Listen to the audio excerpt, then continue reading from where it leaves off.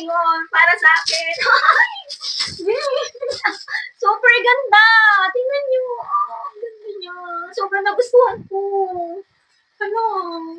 Wala naman babae naman na ang babae na to. Guys, kakagising ko lang, pinuntahan ako ng pamangkin ko sa kwarto. Sabi niya, Tita Tin, may dumating kang parcel. Eto pala yung parcel ko from Bag-In. Actually, kahapon lang to. Tapos ngayon, nandito na agad. Ang bilis, hindi ko expect na ganun kabilis siya. Ayan, i-unbox na natin itong aking bag from Bag-In. Tingnan nyo guys, ah. Ganito lang naman siya. Ayan o. Buksan natin. May kasama siyang parang eco bag. Di, ang ganda. Nag-check out din ako sa kanila dati, naregalo ko sa ninang ko, eh, nagustuhan niya. Tapos eto, ngayon, para sa akin. Super ganda. Tingnan niyo. Oh, ang ganda niya. Tingnan niyo po yung kanyang details.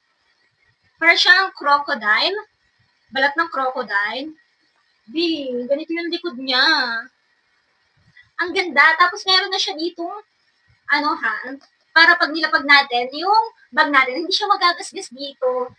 Color khaki yung pinili ko. Meron din sila color black. Tapos, ganito yung, ayan, dalawa siya. Tapos, meron ditong lagayan ng mga coins. Gusto mong ilagay na importante para mabilis mo lang makukuha. Hindi lang siya pang handbag, ha. Pwede din siya pang shoulder bag or body bag. Ito. Ay, ang ganda nito. Ang mura pa. Alam niyo, pag sa mall niyo to binili, libo yung ganitong halaga. Nung nakaraan, nagtingin-tingin kami ng pamangkin ko. Bumili kasi siya ng mga bag niya pamasok. B, pagtingin ko, libo yung mga ganitong bag. Then, yung binibili nga sa akin dati ng boyfriend ko, yung husband ko na ngayon, ganitong bag, as in libo sa mall. Pero sa Bag-In, super mura lang. Ang ganda. Diba?